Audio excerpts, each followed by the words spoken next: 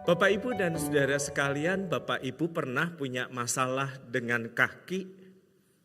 Maksud saya kita mengalami kesulitan untuk berdiri atau bergerak. Kalau berdiri pun gak kuat lama, kalau bergerak pun susah. Saya amati dari sebagian yang datang, saya tahu sebagian dari Bapak Ibu sulit untuk bergerak dengan cepat. Sebagian dari Bapak Ibu juga mungkin sudah gak kuat kalau harus berdiri agak lama. Rasanya pasti gak enak ya Bapak Ibu ya. Soalnya saya pernah mengalami. Bapak Ibu pernah ingat di tahun yang lalu saya pernah harus berkhotbah di tempat ini. Dan ada orang lain, ada penatua yang harus memimpin liturgi. Karena kaki saya nggak terlalu kuat untuk berdiri lama. Saya tahu nggak nyamannya kayak apa.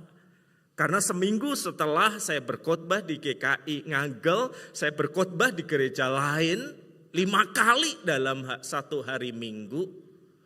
Dan saya udah kepikir saya nggak kuat berdiri nih. Jadi saya minta disediain kursi, kadang saya berdiri, kadang saya duduk. Tetapi itu pun nggak terasa enak.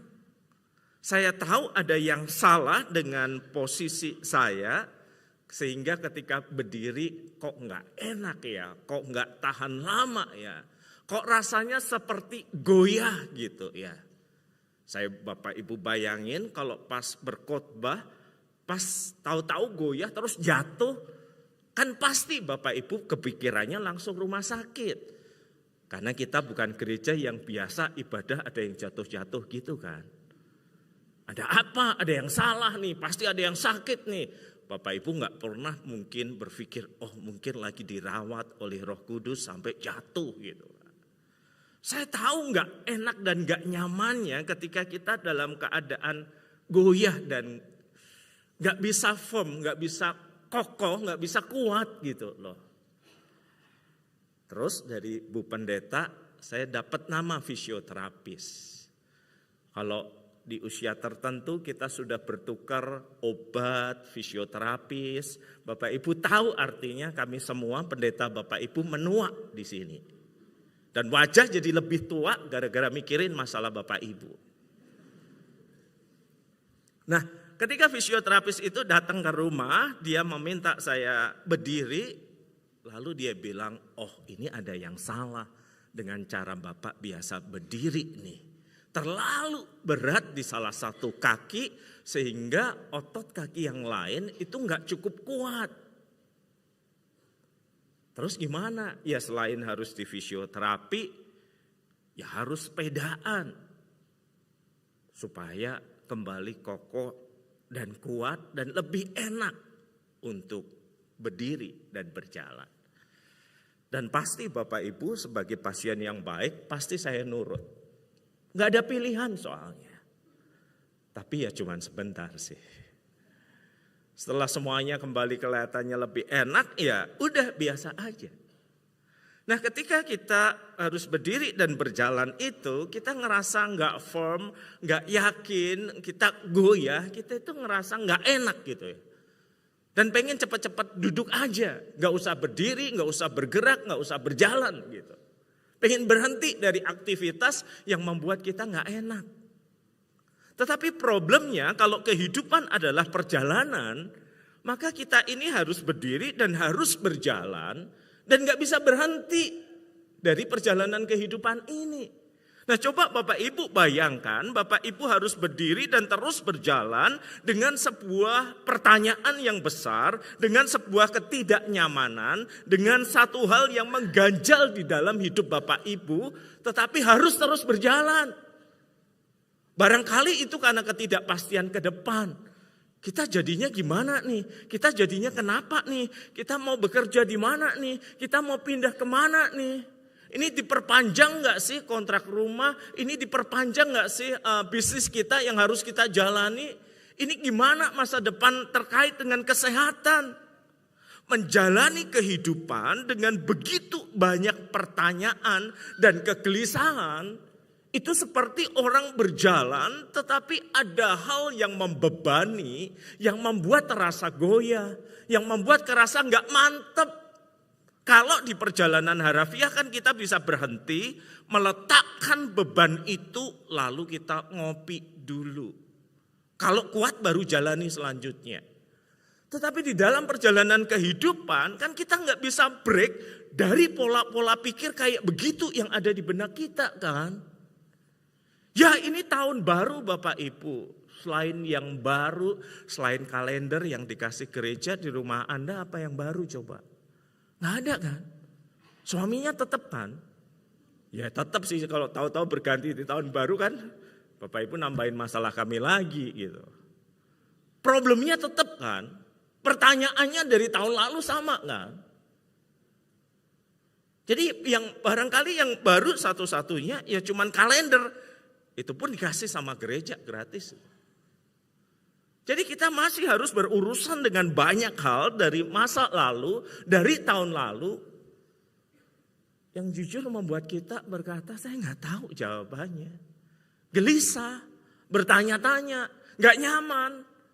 Dan kemudian kita berkata, ya wis dijalani aja.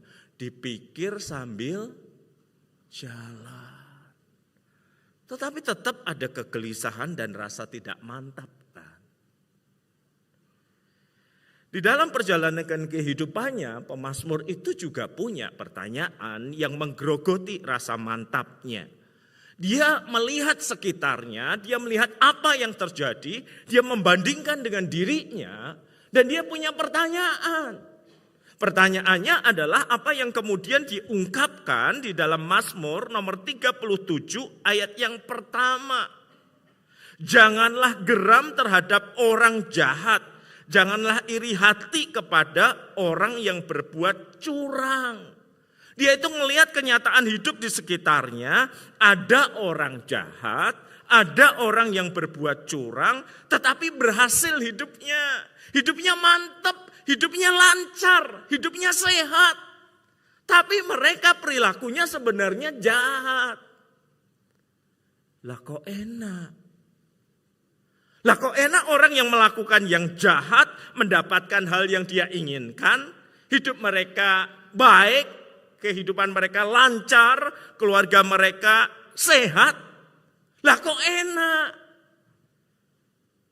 Tuh pemazmur ketika mengatakan kalimat ini saya bisa membayangkan dia itu sedang mencoba untuk hidup lurus, benar, dan hidup lurus dan benar itu seperti beban yang kerasa berat di dalam hidupnya. Terus dia nengok ke sebelah. Lah kok di situ kok enak ya kayak gitu ya. Jahat, curang, tapi berhasil. Jahat, curang, tapi cuan banyak. Jahat, curang, tapi terkenal. Lah saya susah-susah ikut Tuhan. Seperti terasa beban berat. Lah kok situ kok enak ya. Pernah mengalami itu Bapak Ibu? Bapak Ibu antri di jalur yang benar dan tepat. Dengan beban yang Bapak Ibu bawa. Lama gak dikasih akses masuk. Tahu-tahu ada orang yang motong antrian dan kemudian dikasih akses masuk. Pernah ngerasa gitu di dunia bisnis? Oh Pak, saya tempuh prosedur yang seharusnya yang baik. Hati nurani saya tenang. Gimana Pak? Menang, dapat tendernya. Kalah Pak. Dia main jalan tertentu. Terus apa yang Bapak pikirkan? Lah opo ya Pak? Hidup bener kalah terus ya. Gimana Pak WP? Anda pernah ngelihat saudara Anda yang menurut Anda hidupnya enggak seharusnya. Ngelakuin banyak hal yang salah, keliru, ngelakuin banyak hal yang buruk. Tetapi dia dihormati karena kekayaannya. Sementara Anda yang susah payah bekerja dengan cara yang baik, lurus, gak pernah aneh-aneh. Barangkali mohon maaf orang tua Anda sendiri ngelihat Anda lalu berkata, cobalah belajar dari saudaramu itu loh. Berhasil hidupnya. Kok kamu susah sih? Atau barangkali bagi Anda yang muda yang belum mendapatkan pasangan hidup dan Anda merasa tertekan, ini tahun baru nih Pak. Masa nggak bisa mengubah status di KTP jadi menikah? Terus gitu mama papa saya juga bilang tuh loh temanmu itu loh, kamu masa nggak bisa kayak gitu? Udah menikah tahun ini, yang kedua lagi, kamu sekali aja nggak pernah. Dan Anda ngerasa, Pak ini agak aneh nggak sih Pak WP? Dalam perjalanan hidup Anda dan saya, Anda akan selalu ngerasa apa yang dirasakan pemazmur ini. Dan mungkin Anda berseru, that doesn't fair gitu loh, gak adil, gak seharusnya kayak gitu terjadi. Nah salah satu hal yang memberatkan perjalanan hidup kita saudara-saudara adalah melihat ketidakadilan di sekitar kita dan orang yang jahat tuh mendapatkan keuntungan tertentu. Sementara Anda dan saya yang berjuang untuk hidup sebagaimana seharusnya, susah payah. Terus nengok sebelah, bermain dengan cara yang gak seharusnya. Lalu kita mulai kepikir, loh kok enak. Bukankah hal yang kayak gitu bisa membuat kaki kita goyah?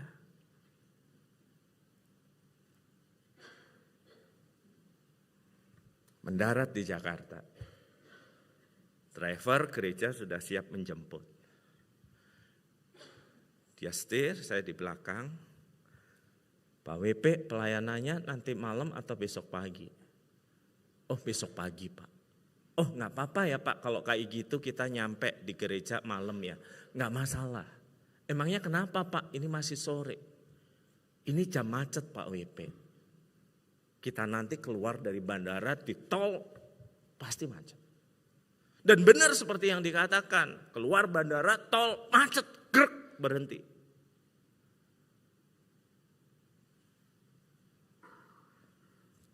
Sabar ya Pak, Jakarta emang kayak gini. Oke Pak, Bapak yang sabar juga ya, Bapak kan yang nyetir, saya cuma duduk. Berhenti. Ini kita kayak menanti-nantikan pekerjaan Tuhan ya Pak. Gak tahu kapan terjadinya. Refleksi yang bagus Pak. Bapak bisa ikut kelas latihan khotbah kayaknya. Diam, jalan dikit, berhenti lagi. Gemes saya Pak. Tapi kan di dalam Kristus kita ciptaan baru ya Pak. Amin Pak. Jalan lagi, berhenti lagi. Tahu-tahu dari bahu jalan ada mobil yang nyelonong. Cepet banget.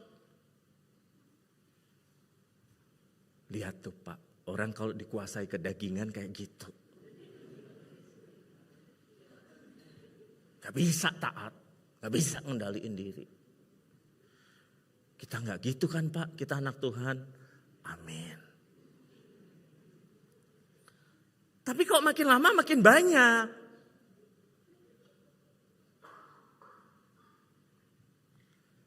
Pak WP tahu ya, orang jahat tuh akan selalu kena hukuman.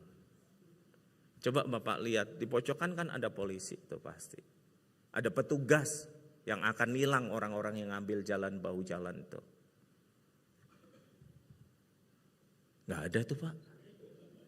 Bapak yakin gak ada? Enggak. Coba Pak sekali lagi lihat. Gak ada Pak. Walaupun gak dihukum di dunia ini, Tuhan gak suka. Haleluya Pak. Kita sabar ya Pak. Betul. Tapi kok makin lama tinggal mobil kami yang paling belakang.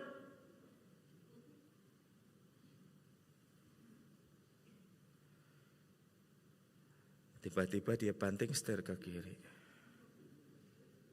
Ngambil bahu jalan yang sama. Saya bilang, loh Pak. Anda tahu jawabannya apa? Roh memang penurut Pak, tapi daging lemah. Ya enggak terima saya Pak kalau yang salah dibiarin. Bisa berantakan aturan kalau yang salah dibiarin. Kita kan jadi pengen kayak gitu juga ya Pak. Saya bilang bukan kita, Bapak. Saya kan enggak punya kuasa nyetir. Saya rasa yang terjadi dalam perjalanan itu juga cerminan hidup sehari kita untuk urusan yang lain kan. Kalau dia bisa berhasil dengan cara itu, walaupun itu salah, tetapi nggak ada konsekuensinya, nggak terima konsekuensinya, saya ya pengen kayak gitu. Itu yang kemudian pemazmur berbicara dengan terus terang bahwa yang kayak begitu orang jahat yang mendapatkan yang diinginkan, orang yang berbuat curang yang menang, itu yang membuat geram, yang membuat iri hati. Yang membuat kaki ini ketika ingin menempuh perjalanan yang benar jadi goyah. Bukan karena problem yang ada di dalam diri kita pertama dan terutama, tetapi dipicu oleh apa yang terjadi di lingkungan, menyerbu pikiran dan hati kita sehingga kaki kita goyah gitu loh.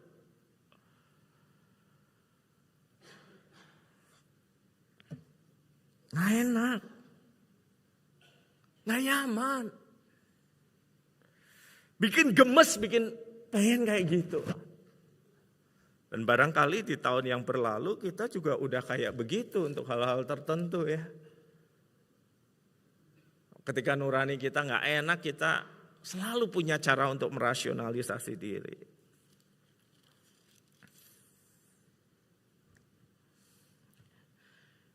Itulah sebabnya pemazmur kemudian menuliskan kalimat ini. Tuhan menetapkan langkah-langkah orang yang hidupnya berkenan kepadanya. Nah, kata yang digunakan untuk menetapkan itu bukan Tuhan menentukan jalur seperti pemandu wisata menentukan kita lewat sini ya Bapak Ibu, kita beli barang di toko ini ya Bapak Ibu, habis itu kita makan di sini ya. Seperti seolah-olah langkah kehidupan kita ditentukan secara deterministik atau fatalistik gitu. Bukan. Kata yang digunakan untuk menetapkan itu adalah kata yang dipakai untuk menunjukkan orang yang memegang sesuatu sehingga menjadi kokoh gitu loh. Jadi kalau ini kayu udah miring gitu ya, dipegangin, dilurusin supaya kuat.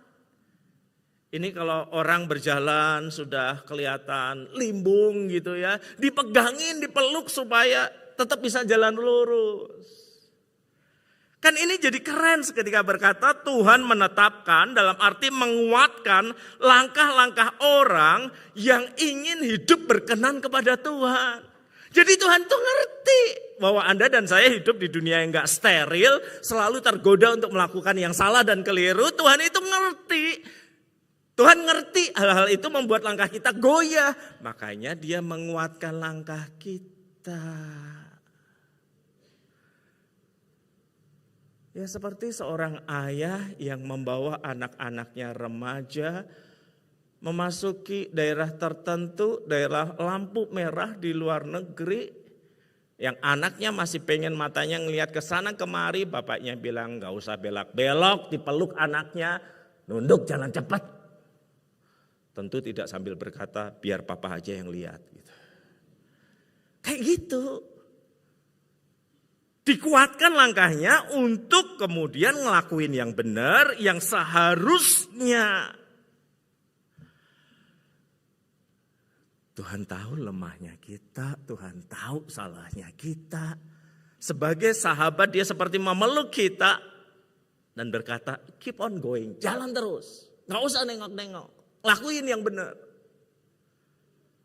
Tapi pun dalam keadaan begitu, pemazmur itu realistik ketika dia mengatakan begini.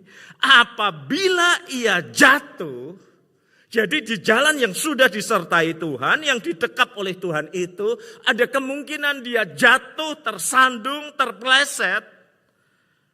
Perhatikan kalimat selanjutnya. Tidaklah sampai tergeletak. Jatuh bisa, tergeletak enggak. Jatuh bisa sampai nyungset enggak. Kenapa? Sebab Tuhan menopang tangannya. Gambaran yang sangat realistik bahwa Tuhan ngelindungi, memperkuat langkah kita supaya kita hidup benar. Pun kalau sampai tergoda, tergelitik, jatuh, Tuhan menopang tangan kita. Ayo berdiri lagi. Ayo jalan lagi. Ayo melangkah lagi.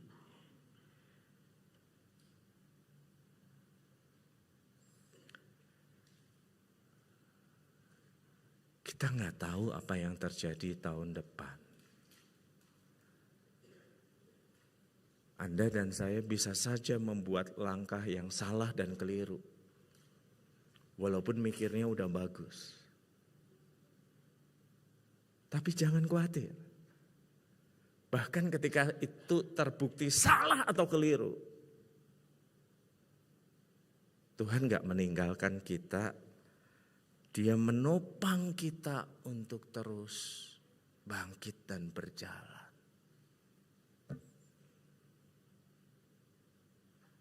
Jangan takut salah dan keliru dan kemudian tidak melangkah. Tetapi melangkahlah di jalan yang seharusnya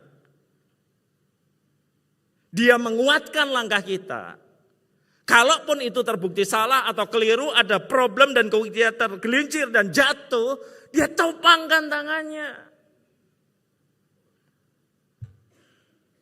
Ini kalau dalam bahasa Jawa Timuran sederhana nih. Kurang lebih ngomongnya kayak gini. Jo kakean mikir mlaku ae.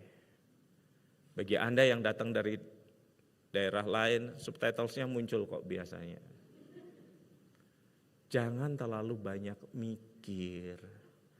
Melangkah saja di jalan yang seharusnya. Kalaupun ada masalah, ada jaminan Tuhan itu menopang tangannya. Perhatikan ayat selanjutnya, kesaksian pemazmur. Dahulu aku muda, sekarang telah menjadi tua. Tetapi tidak pernah kulihat orang benar ditinggalkan atau anak cucunya meminta-minta roti.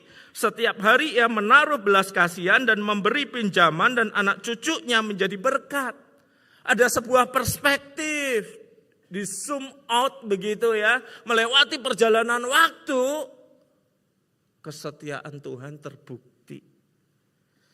Dahulu aku muda, sekarang telah menjadi tua, tapi gak pernah ngelihat orang yang benar, dibenarkan oleh kasih karunia Kristus, ingin hidup seturut dengan apa yang Kristus mau, ditinggalkan.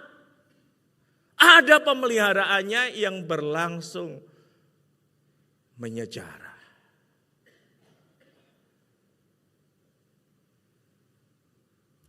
Dan seringkali Tuhan memakai momen-momen sederhana untuk menunjukkan bahwa Dia tahu keinginanmu, bahwa Dia memelihara hidupmu,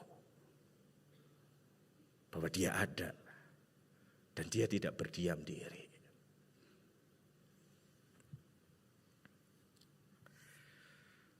Saudara bayangkan saudara berada di sebuah tempat, di sebuah bukit 100 hektar. Udaranya kurang lebih 10 derajat Celcius dengan angin yang bertiup kencang. Gak ada warung di sekitar Anda, gak ada kafe.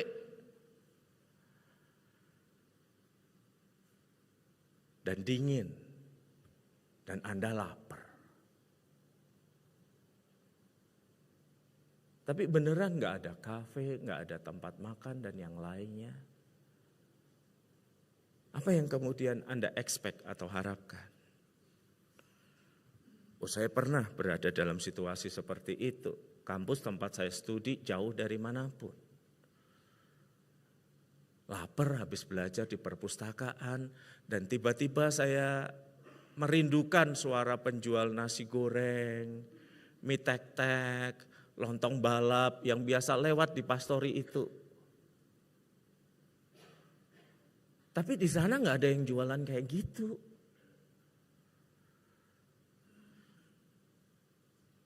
Dan tiba-tiba itu craving, pengen minum, pengen makan nasi goreng. Ada Chinese food terdekat ya, cuma 40 menit naik mobil gitu. Ya kira-kira $50, balik $50, $100. Nggak cucuk kan? Mahasiswa lagi, kan nggak punya banyak uang. Jadi di malam itu saya ingat, saya cuman pengen makan nasi goreng. Beras saya sudah habis, rice cooker juga udah nganggur, mau beli beras juga jauh. Jadi saya pikir ya udahlah nanti kalau pulang ke Indonesia toh tinggal seminggu lagi kan bisa pesen nasi goreng sebakul. Tapi hari itu sebelum tidur doa saya cuman simpel, Tuhan pengen nasi goreng aja deh. Kalau bisa ada slice babinya.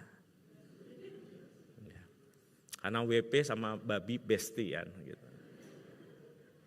Jadi nasi goreng tuh ada slice babinya tuh. Sayur, forget it. Kita udah biasa makan salad. Nah besok harinya ada satu teman bilang gini, besok saya mau turun ke Boston nih, 1 jam dari kampus saya nih. Orang hitam, ada yang mau ikut gak? Saya bilang saya mau. Jam berapa? Aku ikut jamu deh. Saya udah ngitung sekali turun itu $100, berarti saya udah hemat kan. Saya temenin teman itu turun gitu ya. Dari kampus jauh turun ke kota Boston, ke downtown Boston. Terus di perjalanan dia ngomong gini, kamu mau turun di mana? Saya bilang saya ngikut aja, kamu gimana? Saya ikut. Oke ya. Terus gitu turun menjelang dekat dia bilang gini, anak saya itu katanya orang bule itu sebenarnya ada di rumah sakit. Nah saya mau besuk anak saya.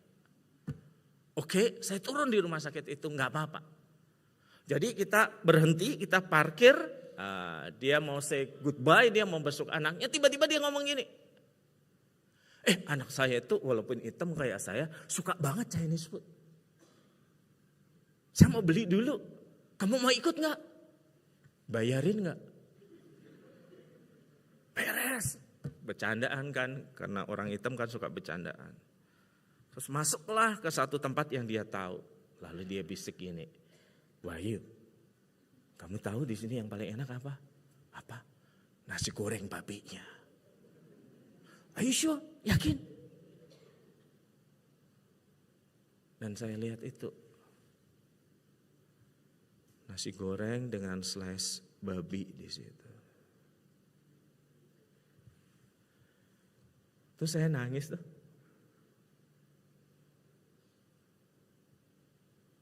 Why are you crying? Kenapa kamu nangis? Gak pernah saya ngelihat orang segitu cintanya sama nasi goreng sampai nangis. Terus dia bungkusin untuk saya, terus dia bilang gini, di dekat sini ada taman, kamu duduk, kamu makan di situ deh sebelum ke temanmu. Nah ketika dia menemani ke taman itu, saya bilang sama dia, sebelum dia ke rumah sakit. Kamu tahu doa saya semalam apa? Kayak anak kecil.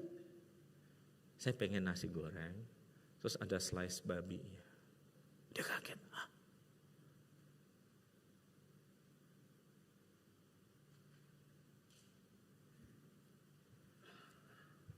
Terus dia bilang, you are so blessed, Wahyu. Kamu begitu diberkati. He loves you so much. Dia cinta banget sama kamu. Saya bilang thank you for your kindness and attention. Jadi saya duduk di taman itu. menikmati nasi goreng yang rasanya seperti jalan Tuhan. Ajaib. Asin enggak, manis enggak. Yang buat nasi goreng orang Amerika. Tapi saya menikmatinya dengan hati yang penuh syukur. Dia pelihara hidupku. Saya yakin Tuhan Bapa kita di sorga melihat kepada Anda.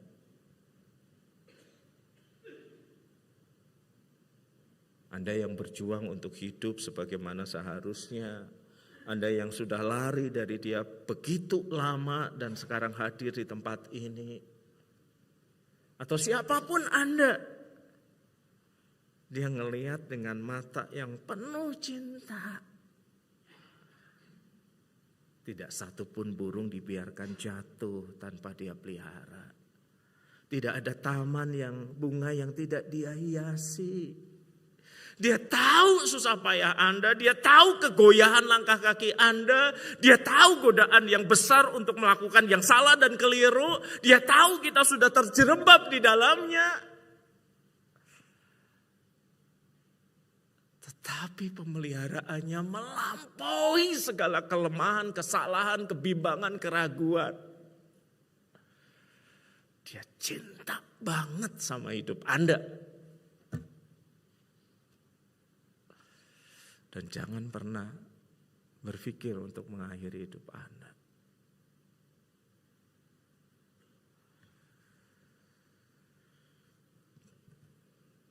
Lihat bagaimana tangannya akan menopang hidup Anda tahun ini. Untuk harapan yang besar, keinginan yang besar. Bahkan yang seperti terasa remeh-temeh. Kalau Tuhan sediakan bagi Anda, jangan bilang ini kebetulan. Enggak. Ada tangannya yang penuh kuasa. Ada kasihnya yang besar. Yang menetapkan langkah-langkah Anda. Yang ketika Anda dan saya jatuh tidak akan dibiarkan untuk tergeletak. Yang di sepanjang perjalanan hidup Dia terus memberikan tanda kasih-Nya. Ia di sana, Ia tidak berdiam diri. He is there and He is not silent. Tangannya terus memberi bukti bahwa Dia hadir untuk Anda.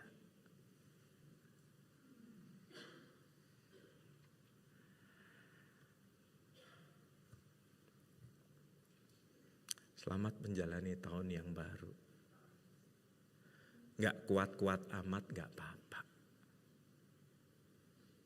Sepanjang kita berjalan bersama tangannya yang kuat. Gak selalu kita benar dan ngelakuin hal yang baik. Kadang kita terjerembab. Masih oke tangannya menopang kita.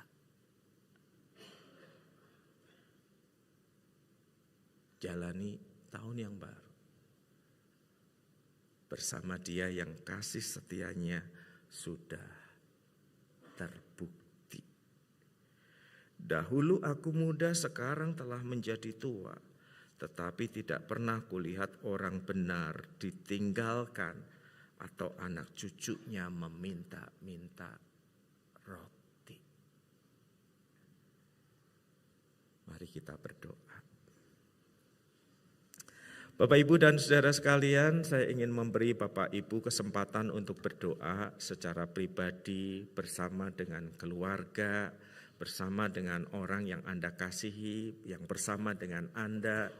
2-3 menit untuk menyampaikan satu saja hal yang Anda minta dari Tuhan. Barangkali Anda ingin menyerahkan kekhawatiran, ketakutan. Barangkali Anda pengen Tuhan membuka jalan bagi Anda. Barangkali Anda pengen sesuatu, bahkan mungkin hal yang paling remeh-temeh sekalipun. Berdoa secara pribadi bersama keluarga, bersama orang yang tercinta saat ini di awal tahun ini. Anda boleh berdoa dalam hati, Anda boleh berdoa dengan suara yang terdengar, Anda boleh memeluk pasangan Anda, orang yang Anda kasihi. Ambillah waktu berdoa 2 atau 3 menit di awal tahun yang baru ini. Berdoalah sekarang.